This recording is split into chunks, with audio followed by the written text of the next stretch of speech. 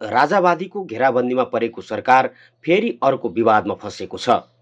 पूर्व विशिष्ट व्यक्तिलाई आजीवन सुविधा दिने विधेयक ल्याउने तयारी गरेपछि सरकारमै रहेका दलले पनि विरोध जनाएका छन्। सरकारमा सहभागी दल विपक्षी दल सबैले एकै स्वरमा विरोध गरेका हुन्। देश 26 खर्ब ऋणमा छ। सरकारी धुकुटीमा पैसा नहुँदा सरकारी कर्मचारीले समेत समयमा तलब पाउन सक्ने अवस्था छैन। पछिल्लो संविधान आएपछि जनप्रतिनिधिले मात्र होइन, पूर्व विशिष्ट अधिकारीले राज्यको धुकुटीबाट विभिन्न सुविधा लिँदै आएका छन्। हाल विशिष्टको सेवा सुविधा र जनप्रतिनिधिको तलबमै पनि ठूलो धनराशि खर्च हुँदै आएको छ। देश बेरोजगारी र आर्थिक सङ्कटको मारमा पर्दा समेत सरकार पूर्व विशिष्टलाई दिएको सुविधा घटाउनुभन्दा थप्नतिर लागेपछि अहिले चौतर्फी विरोध भएको छ। सरकारकै नेतृत्व गरिरहेको नेकपा एमालेका सांसद पदम गिरीले पैसाका लागि राजनीति गर्न नहुने बताउँछन्। सत्तारूढ नेपाली काङ्ग्रेसका नेता डाक्टर शेखर कोइरालाले नेतालाई होइन जनतालाई सुविधा दिनुपर्ने माग गर्छन्।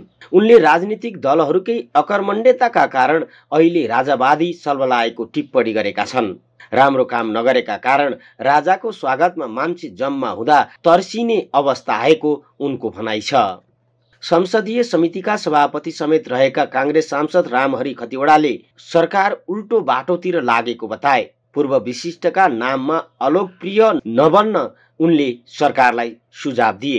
प्रमुख प्रतिपक्षी दल नेकपा माओवादी केन्द्रका नेता देवेन्द्र पौडेलले विशिष्ट व्यक्तिलाई खोज्दै राहत दिनुभन्दा जनतालाई महँगी लगायतका समस्याबाट पार पाउने गरी काम गर्न सरकारलाई सुझाव दिए।